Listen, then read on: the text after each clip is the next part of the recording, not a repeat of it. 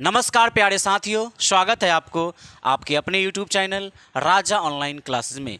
साथियों, जैसा कि आप सबको पता है कि हम लोग क्लास 10th का दो चर वाले रैखिक समीकरण युग्म को पढ़ रहे हैं।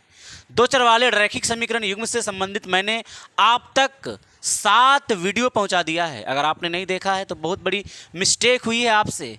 उस भूल का सिर्फ एक ही उपाय है कि सभी वीडियो को बारी बारी से देख लीजिएगा। सभी वीडियो का लिंक इसी वीडियो के डिस्क्रिप्शन में पड़ा हुआ है। आज के इस वीडियो में हम आपके बीच बात करने वाले हैं आपके डिमांड को लेकर। जी हाँ, आपका डिमांड था ना, आपने मैसेज किया था, शायद आपको याद होगा। आपने मैसेज किया था कि सर 4.4 का क्वेश्चन मुझे बनाकर बताइए। जी हाँ, तो चलिए आज के इस वीडियो में हम लेकर उपस्थित हैं आपके बीच क्लास 10th का 4.4 एनसीईआरटी बुक है। एनसीईआरटी किताब का 4.4 एक्सरसाइज का क्वेश्चन लेकर उपस्थित हैं इसके अंदर।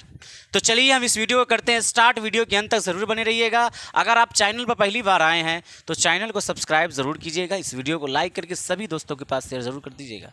आपके लिए खुशखबरी है। क्या है वो खुशखबरी? आज का जो वीडियो है ना, ये जो क्वेश्चन आपके सामने में लिखा हुआ है कि निम्न द्विघात समीकरणों के मूलों की प्रकृति ज्ञात कीजिए। यदि मूलों का अस्तित्व हो तो उन्हें ज्ञात कीजिए। और इसमें 3 टाइप दिए गए हैं, ठीक है, टाइप 1, टाइप 2 और टाइप 3। 3 प्रश्न यहाँ पर दिया गया है। इन तीनों प्रश्नों को सॉल्व किया जाएगा। इसके बाद 2 नंबर वाला क्वेश्चन को भी एक क्वेश्चन उसमें से बताया जाएगा। बाकी क्वेश्चन आप खुद से कर लेंगे। और यहाँ भी एक क्वेश्चन समझाया जाएगा और बाकी क्वेश्चन आप खुद से कर लेंगे। लेकिन इस क्वेश्चन को मैं नहीं बनाऊंगा। जी हाँ, हम आपको पता होगा शायद कि मैं वैशाली जिला बिहार से हूँ और यहाँ पर मैं ऑफलाइन कोचिंग भी चलाता हूँ। तो हमारे स्टूडेंट जो हमारे बीच पढ़ने आते हैं ऑफलाइन, उसमें से एक स्टूडेंट है जो आपके सामने मैं उसको बुलाऊंगा। उसका नाम फरहान अख्तर, जो क्लास 10th का स्टूडेंट है। तो उसी से हम इस क्वेश्चन को बनवाने का प्रयास करते। मैं उम्मीद करूँगा कि वो अच्छे से बनाएगा और आप उसकी भाषा को, उसके कॉन्सेप्ट को बाखूबी अच्छे तरीके से जो है जान पाएंगे और समझ पाएंगे। तो चलिए मैं बुलाता हूँ। आ जाओ फरहान अख्तर। फरहान के लिए ताली बजा दीजिए। चलिए, बहुत बढ़िया, बहुत बढ़िया। तो यही है फरहान अख्तर, क्लास 10th का जो है ये तैयारी कर रहा है। मेरे यहाँ 2025 में इसका एग्ज़ाम होने वाला है। तो देखते हैं कि आज ये किस तरीके से जो है इस क्वेश्चन को बना पाते हैं और आप तक जो है पहुँचाने का प्रयास कर रहा है। ठीक है, तो आप बने रहिए। मैं यहाँ से अभी जा रहा हूँ, यही क्वेश्चन आपको बताएंगे। Thank you.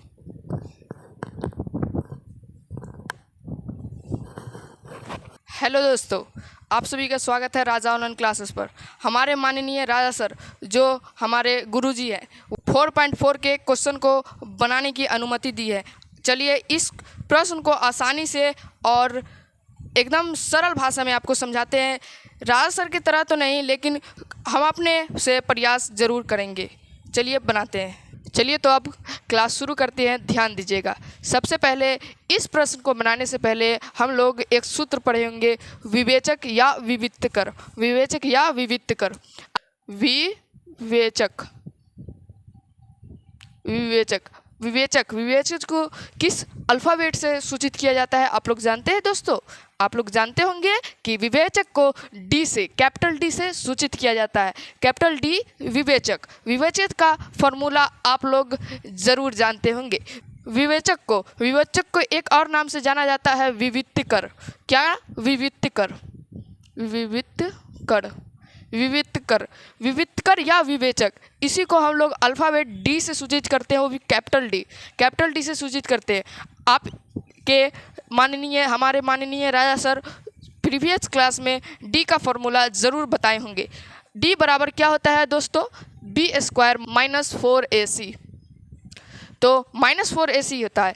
b² - 4ac। D बराबर 0। डी बराबर 0 होता है तब मूल बराबर होता है। यानी एक तरफ x का बराबर 0 आया है तो दूसरा भी 0 आएगा। और d का मान जब 0 होगा तब ये ऐसा कंडीशन होगा, x बराबर 0 या x बराबर 0, दोनों बराबर होगा तब d बराबर 0।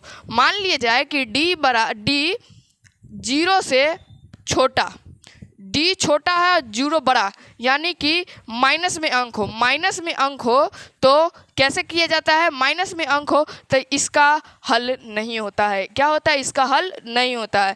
और d बड़ा होता है 0 से तो मूल बराबर नहीं होता है, लेकिन इसका हल ज़रूर होता है। और हम लोग को पता है इस प्रश्न को बनाने से पहले इस सब को जानना ज़रूरी था, क्योंकि ये सब बेसिक है। चलिए इसको मिटाते हैं। चलिए इस प्रश्न को हम लोग बनाते हैं। देखिए पहला प्रश्न क्या है, फर्स्ट प्रश्न हम बनाएंगे, उसके बाद आप खुद ब खुद इस प्रश्न को, सारे प्रश्न 2 और 3 को बना लेंगे, क्योंकि राजा सर, हमारे माननीय राजा सर, आप लोगों के गुरु, हम लोग के गुरु, सब चीज़ प्रीवियस क्लास में समझाए हुए हैं। और देखते हैं कैसे बनता है। पहले इस प्रश्न को उतार लेते हैं। 2x² - 3x + 5 बराबर 0। ये द्विघात समीकरण में बराबर 0 होता है, द्विघात बहुपद में बराबर 0 नहीं होता है। चलिए इस प्रश्न को बनाते हैं। पहले बोला है समीकरण, द्विघात समीकरण के मूलों का प्राकृतिक ज्ञात करें। प्राकृतिक ज्ञात करने के लिए सबसे पहले हम लोग इसमें क्या a, b और c खोजते हैं। a क्या होता है, x² का गुणांक। x² का गुणांक क्या है दोस्तों, a बराबर 2 और b बराबर x का गुणांक -3। और c क्या होता है, c एक अचर पद है। क्या है c, एक अचर पद, यानी अचर पद इसमें क्या है 5 है, एक अचर पद। और उसके बाद हम लोग d निकालते हैं। d निकालने के लिए सबसे पहले d का फॉर्मूला आप लोगों को याद होगा, b² - 4ac। b² - 4ac। चलिए दोस्तों इसको, अब प्रश्न को हम लोग बनाते हैं। ये जो b के जगह b -3 रखेंगे, c 4 के जगह 4, a के जगह 2 और c की जगह 5 रखते हैं। चलिए रखते हैं b के जगह पर -3 का होल स्क्वायर, -4 के जगह 4, ये नियतांक है इसलिए 4 के जगह 4, a 2 है, यानी कि 4 और a के बीच गुना का साइन, इसलिए मैं यहाँ गुना दिया हूँ। a बराबर 2 और AC के बीच भी गुना का साइन है, C बराबर 5 होता है। और आप लोग को पता होगा कि 3 का स्क्वायर क्या होता है, 9। ये प्लस होगा क्योंकि माइनस का स्क्वायर प्लस होता है। -4 2 जा, यानी 4 दूनी 8, 8 5 40 हो गया। फिर 9 - 40, 9 में से 40 को घटाना है, यानी 9 में से 40 को घटाएंगे तो क्या आएगा हमारा -31। d बराबर -31। आप लोगों को पता होगा मूलों की प्रकृति ज्ञात कीजिए यदि मूलों का अस्तित्व हो। मूलों का अस्तित्व कब होता है, जब d के बराबर 0 होता है या d बड़ा होता है 0 से। यहाँ पर तो d छोटा है 0 से, इसलिए इसको यहाँ पर लिख देंगे। अतः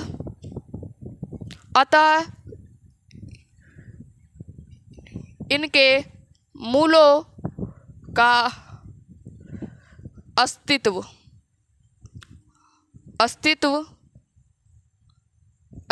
नहीं है, या यहाँ मूलों का अस्तित्व नहीं है तो इन्हें हम ज्ञात नहीं करेंगे, क्योंकि यहाँ पर प्रश्न क्या बोला है कि अगर मूलों का अस्तित्व हो तो ज्ञात करें।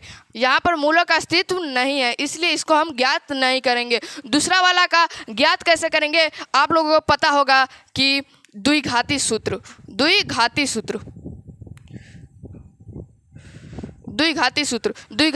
आप लोगों को पता होगा। इसमें तो मूलों का अस्तित्व नहीं है तो इसको सॉल्व नहीं करेंगे। और आगे आने वाला प्रश्न में अगर कहीं पर मूलों का अस्तित्व होगा और हम लोगों को द्विघाती सूत्र से ये प्रश्न को 2 नंबर या 3 नंबर में अगर मूलों का अस्तित्व होगा तो द्विघाती सूत्र से निकालेंगे।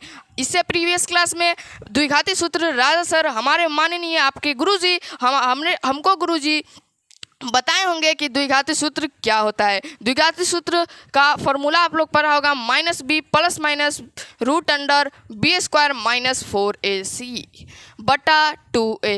आप लोगों को पता होगा ये वाला, ये फॉर्मूला आप लोगों को जहन से कभी भी निकलने वाली नहीं है, क्योंकि हमारे माननीय एवं गुरुजी आपको सिखाए होंगे। देखिए हम लोग गुरुजी की तरह तो नहीं, लेकिन हम अपने तरह सिखा रहे हैं, आप लोगों को समझ में आ रहा है तो इस वीडियो को लाइक, सब्सक्राइब और जितने भी रिश्तेदार हैं वहाँ शेयर ज़रूर करें। और अगर इसमें इस प्रश्न में अगर मूलों का अस्तित्व है तो ये सूत्र पर निकालिएगा। और ये 1 नंबर प्रश्न हम लोगों से सॉल्व हो चुका है।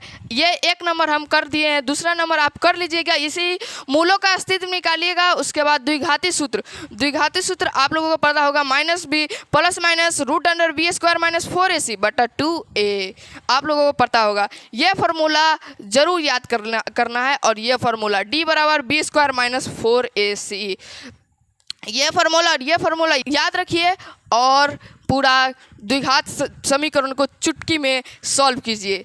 और इस प्रश्न को 1 नंबर को बना दिए हैं, 2 नंबर आप खुद ब खुद बना दीजिएगा। डी और डी निकाल कर उसके बाद द्विघाती सूत्र लगाइएगा तो आसानी से प्रश्न बनेगा।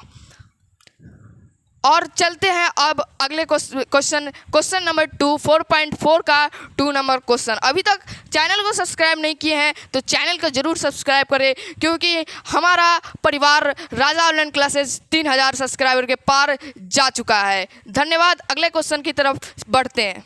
तो दोस्तों अब दूसरा प्रश्न की ओर। दूसरा प्रश्न क्या कहता है और इसे समझने में देरी मत, और जब भी बैठे तो कॉपी कलम के साथ, क्योंकि ये प्रश्न कमेंट वाला है। कमेंट वाला प्रश्न को बनाने में समय लगता है ज़रूर, लेकिन मज़ा भी ज़रूर आता है। तो दूसरा प्रश्न की ओर चलते हैं। निम्न में प्रत्येक द्विघात समीकरण में k का ऐसा मान ज्ञात करें कि उसका 2 बराबर मूल्य हो। इसलिए इसको प्रश्न को अगर बनाना हम चाहें तो एकदम इजी बनेगा। तो मैं इस प्रश्न को इजी वाला को नहीं, लेकिन मैं हार्ड वाला को ज़रूर बनाऊंगा। हार्ड वाला को बनाने के लिए सबसे पहले आप इस चैनल पर नए हैं हो तो सब्सक्राइब, लाइक और शेयर ज़रूर करें।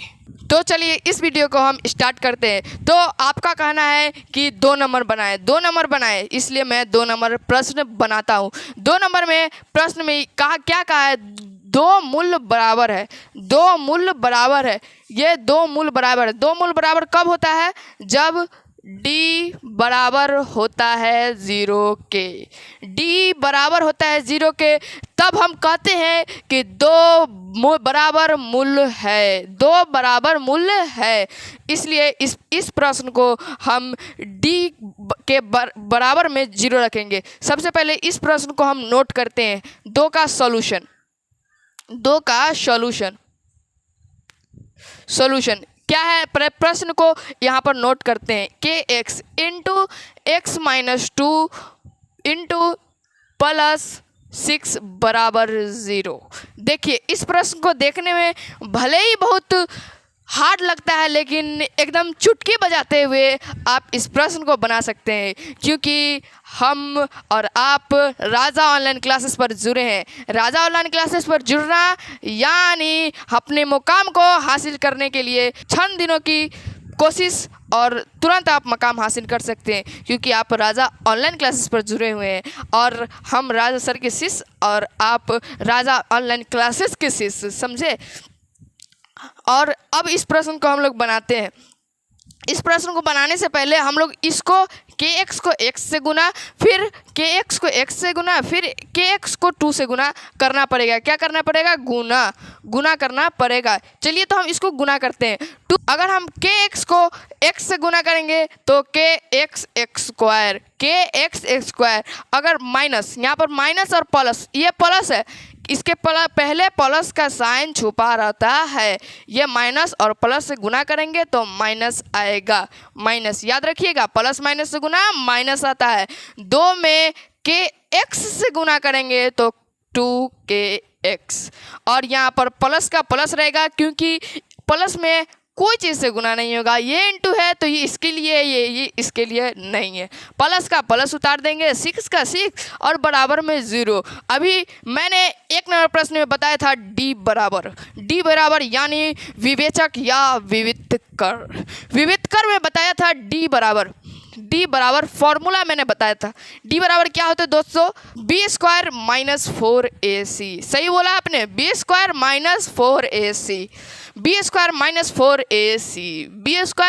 4ac। ऐसे ही आप लोग 10 बार पढ़ेंगे तो 10 बार में एक बार ज़रूर याद हो जाएगा। 2 बार देखकर, 2 बार 3 बार देखकर। आप कमज़ोर हैं तो राजा ऑनलाइन क्लासेस पर जुड़े और बहुत बड़ा मकाम हासिल करें। और यहाँ पर मैंने कहा बी स्क्वायर माइनस 4ac विविक्त कर बी स्क्वायर माइनस 4ac। बार बार मैं बोल रहा हूँ बी स्क्वायर माइनस 4ac। तो चलिए B square minus 4ac, B इसमें क्या है आपको बताया था मैंने। बी क्या होता है? एक्स का गुणांक जिसमें चिन्ह सहित लिखना है, एक्स का गुणांक जिसमें चिन्ह सहित लिखना है, इसलिए b बराबर 2k। इसमें चिन्ह सहित यानी माइनस को जरूर लिखना है। 2k माइनस 2k का होल स्क्वायर माइनस 4 के जगह 4 लिखेंगे, माइनस के जगह माइनस लिखेंगे, 4 की जगह 4 और ए से पहले क्या होता है? गुना। 4 और ए के बीच गुना को गुना की तरह गुना में रहने देंगे। ए बराबर के, ए क्या होता है? एक्स स्क्वायर का गुणांक। एक्स स्क्वायर का गुणांक क्या है? हमारे पास के है, के और उसके बाद और c क्या होता है? c आपको पता होगा, c होता है अचर पद। आप लोगों को पता होगा c होता है अचर पद। c के बगल में गुना, इसलिए गुना का साइन और c के जगह 6 हो गया। और इसको अब सॉल्व करते हैं। और आप लोगों को पता होगा इस प्रश्न में कहा है उसके दो बराबर मूल है यानी d बराबर 0। यहाँ पर लिख देना है d बराबर 0। ठीक है दोस्तों अब यहाँ पर d बराबर क्या रखना है? 0 रख देंगे। उसके बाद सॉल्व करेंगे, k का मान जरूर आएगा, नहीं आएगा तो फिर पढ़ना बेकार है, इसलिए इसको सॉल्व करते हैं। यहाँ पर 2k स्क्वायर, 2 का स्क्वायर क्या होता है? सबसे पहले माइनस के स्क्वायर करते हैं। माइनस के स्क्वायर क्या आता है?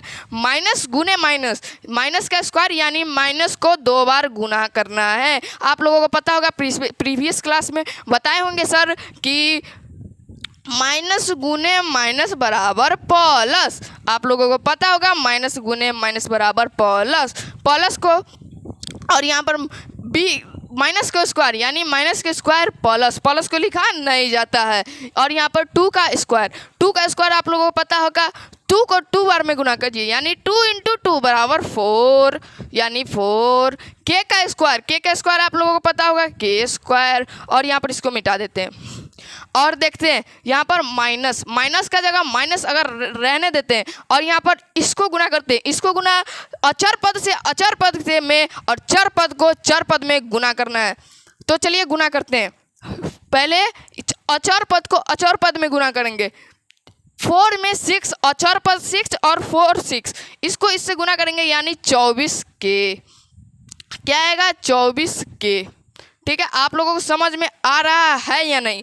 अगर नहीं आ रहा होगा तो इससे फिर से देखिए, स्पीड को फीचर दिया हुआ है, स्पीड स्लो करके देखिए। हम लोग थोड़ा स्पीड चल रहे हैं क्योंकि वीडियो ज़्यादा बड़ा ना हो, इसलिए हम स्पीड चल रहे हैं। ठीक है, और इसको और सॉल्व करते हैं। देखिए यहाँ बराबर में 0 है, इसमें से कॉमन क्या होने वाला है? आप लोग बताइए, इसमें से कॉमन क्या होने वाला है?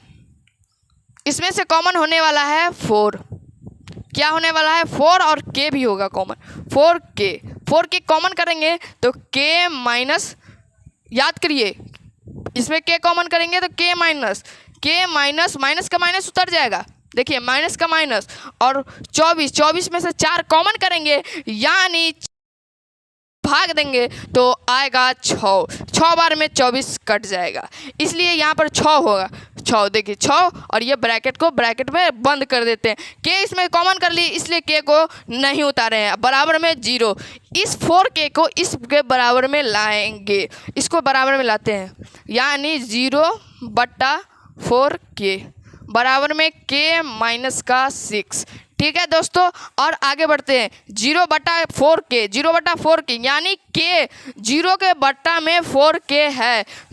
0 के बट्टा में 4k रहे, चाहे कुछ भी रहे, कोई भी अचर पद रहे या चर पद रहे, उसका कोई मानी नहीं, 0 का 0 हो जाता है और बराबर k माइनस 6।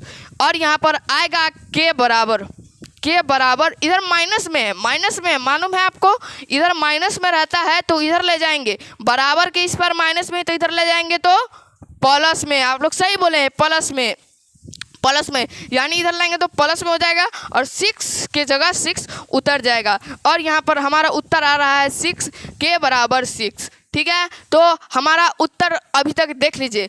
आप लोगों को पहले करना क्या है, इसको गुना करने के बाद इसको गुना करने के बाद आप गुना कर लिए, उसके बाद d निकालेंगे। d बराबर आपको पता है b² - 4ac। ये फॉर्मूला कभी नहीं भूलिएगा। विविक्त कर या विवेचक, ये फॉर्मूला कभी नहीं भूलिएगा। विवेचक या विविक्त कर का फॉर्मूला है ये विवेचक और विविक्त कर का फॉर्मूला है।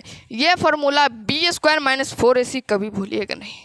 और यहाँ पर d बराबर b² - 4ac, d बराबर 0 रखना है, इसीलिए मैंने 0 रखा। आप लोगों को कहेंगे कि सर यहाँ पर 0 क्यों नहीं रखे?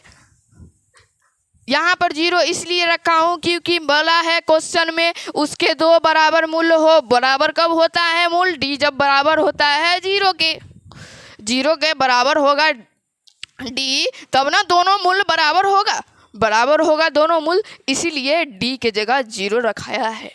और आप लोगों को समझ में आया होगा। उम्मीद करते हैं कि ये वीडियो 1 और 2 प्रश्नावली 4.4 का 1 और 2 जरूर समझ में आया होगा। समझ में आया तो इस वीडियो को लाइक, सब्सक्राइब और जहां तक हो सके दुनिया में कोना कोना तक इस वीडियो को फैला दीजिए कि राजा ऑनलाइन क्लासेज, राजा ऑनलाइन क्लासेज, राजा ऑनलाइन क्लासेज।